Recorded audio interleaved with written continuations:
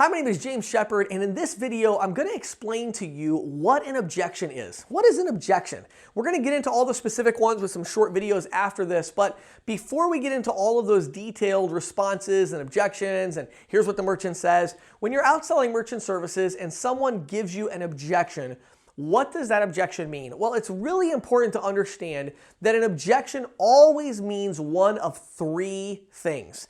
And I'm going to warn you ahead of time, these three things may sound a little brutal or harsh for a sales professional to internalize, but before we begin this process, it is extremely important that you do internalize the reality of what I'm about to tell you so that as we go through these various objections, I can help you to group them into one of these three categories because they're all in one or more of these three categories. Here they are. When the prospect says any form of no, whether that's I'm in a contract, I'm not interested, I'm happy with who I have, I'm with my local bank, whatever it is, they're always really telling you one of three things. They're either saying, I don't like you, I don't trust you, or I don't care. That's always what they're really saying. Now, yes, there are specific things that we're going to say to each individual objection because we do want to make sure that we are able to kind of, logically and emotionally move them towards the right answer when they're giving us a specific objection. But behind the scenes, what they're really saying is, I don't like you, I don't trust you, or I don't care. Now, the thing that's so interesting about these three things is that one objection could potentially fit into any one of these three categories. So when someone tells me I'm in a contract, well, one of the things I have to understand about an objection is when did they tell me that, right? Did I just walk in the door and say, hi, my name is James Shepard. I'm out here selling merchant services and I just would love to get your business and I'm curious who you're using right now if you're interested in getting a quote. And they say, oh, we have a contract. We're not interested.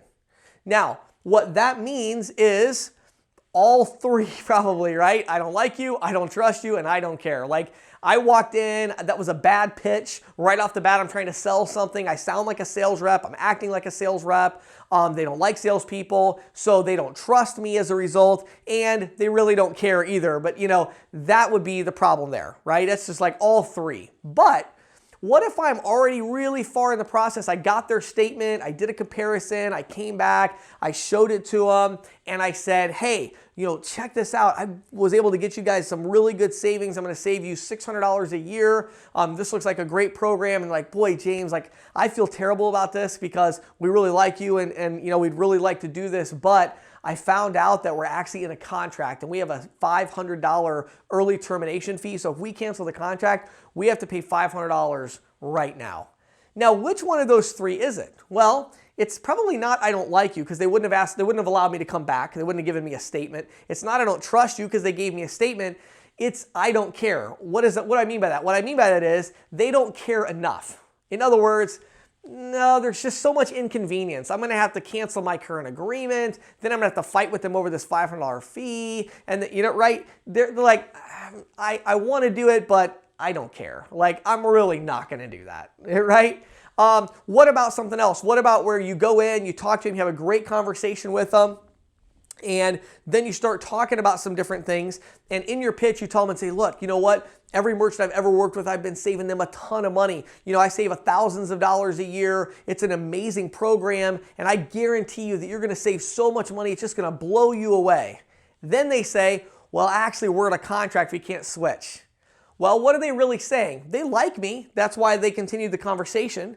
It's not that they don't care because they don't even really know enough information yet to not care. What happened was I came on too strong and I made it seem too good to be true. So they used the I'm in a contract to say, I don't trust you. And I don't trust this. This sounds like a scam. You're going to save me thousands and thousands of dollars. Like, what are you talking about? And they don't trust me. So the reason I'm doing this video first in the series is because as we go through these various objections, I'm going to give you a lot of kind of one-liners and things that you can say to each objection, but it's very important that you understand the context in which you're receiving the objection, because if you're receiving the objection very, very early, like right off the bat, I'm not interested, that always means I don't like you. They just met you. They don't like you. Like, if they're not, like, you don't understand, like, if you're a sales rep, if you walk into a business and a person is like right off the bat, No, I'm not interested. You know, we're good. Get out of here. Like, we're not interested. You got to understand they don't like you.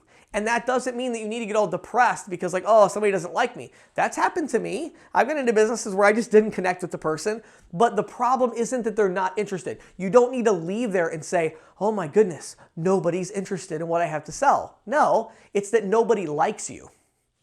Even worse, right? So what does that mean? It means you need to learn how to be more likable. That's it. So you got to figure that out. How are you going to be more likable? When you walk in, what are you saying? Why is it they don't like you? You're probably not coming across as genuine and sincere, because if you come across as genuine and sincere, people are probably going to like you. You know, the funny thing is, people usually like you. They just don't like the person you're pretending to be when you walk in to make a sale.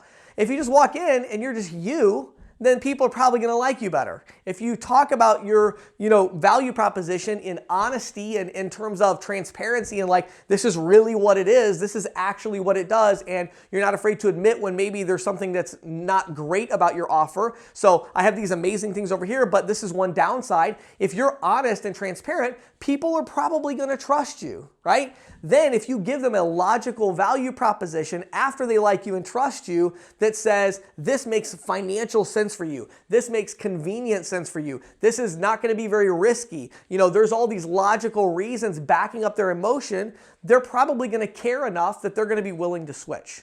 So objections are always one of three things. I don't like you, I don't trust you, or I don't care. So with that in mind, and after you've really internalized, maybe watch this video a couple times to really understand this, once you've internalized it, now we're ready to move on to these individual common objections you're going to get in the field so you can deal with them from this perspective of what is the context in which I'm getting this objection. So let's go ahead and jump into our very first most common objection.